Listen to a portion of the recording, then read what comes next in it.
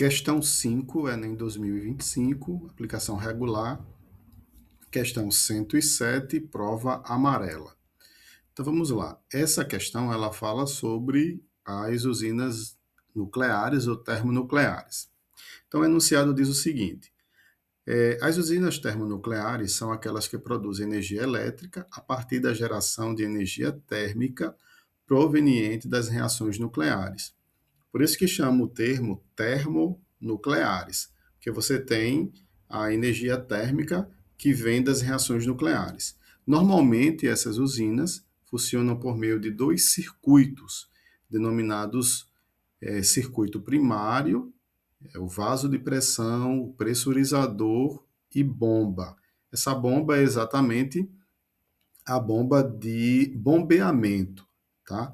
E circuito secundário gerador de vapor, turbina, condensador, tanque de alimentação e bombas, além de um sistema de água de refrigeração formado por uma bomba ligada a uma fonte hídrica natural.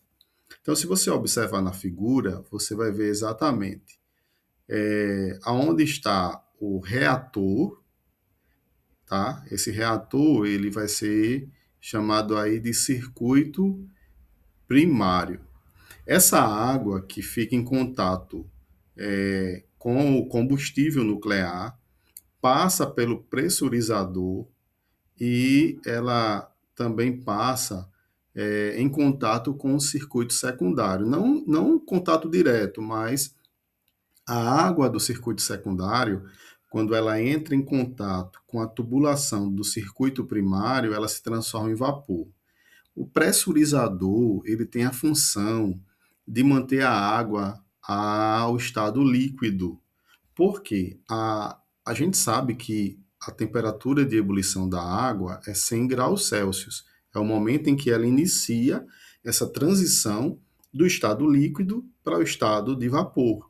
Só que o pressurizador, ele vai manter a água no estado líquido, ainda numa temperatura além de 100 graus Celsius, numa temperatura muito elevada, para poder manter essa água em movimentação, né? Porque essa bomba, ela vai justamente fazer esse circuito, né? Da água do circuito primário a uma temperatura elevada, porém no estado líquido.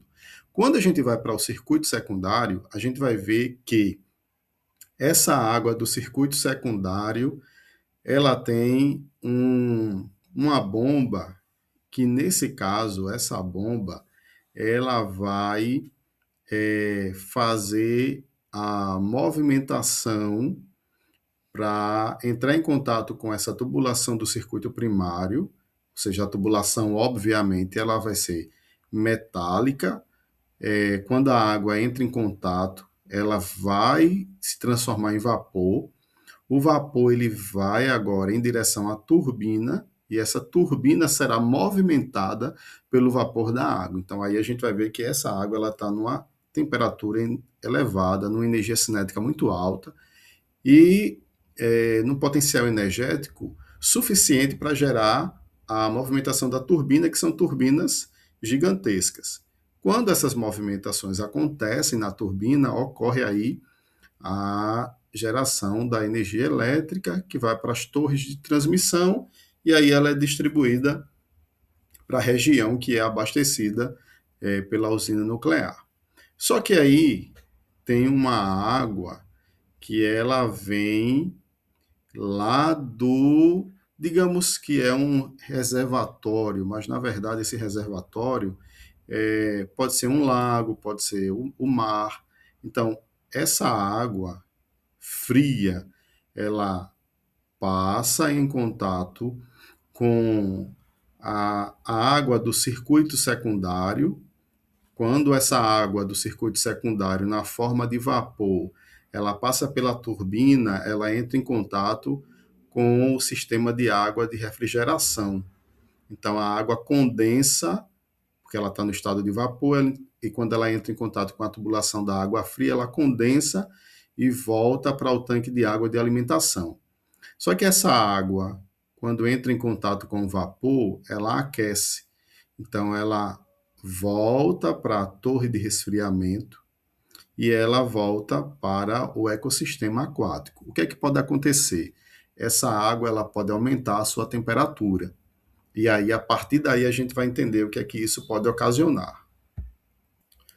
Durante a operação da usina, se o sistema de água de refrigeração funcionar de forma ineficiente, pode causar poluição térmica, ou seja, ela pode voltar com um aumento de temperatura que pode provocar aí um desequilíbrio nesse ecossistema, comprometendo a vida no ecossistema aquático. Para o ecossistema aquático, a ineficiência do sistema de água de refrigeração tem como consequência a letra A, diminuição do pH, letra B, liberação de gases poluentes, C, contaminação por combustíveis, D, liberação de elementos radioativos e letra E, diminuição da solubilidade do gás oxigênio. Então vamos analisar para a gente chegar à conclusão dessa alternativa. O que acontece nessa situação é que essa água, se ela estiver no processo de ineficiência, essa poluição térmica, ela vai provocar a diminuição da solubilidade do gás oxigênio.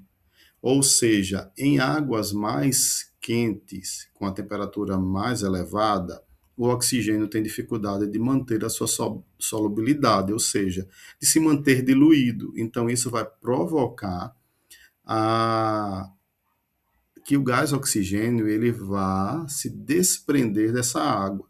Então, vai diminuir ali a disposição de gás oxigênio, porque por ele ser gás e aumenta a sua temperatura, então isso provoca automaticamente a diminuição da sua solubilidade, ou seja, ele vai ser menos solúvel.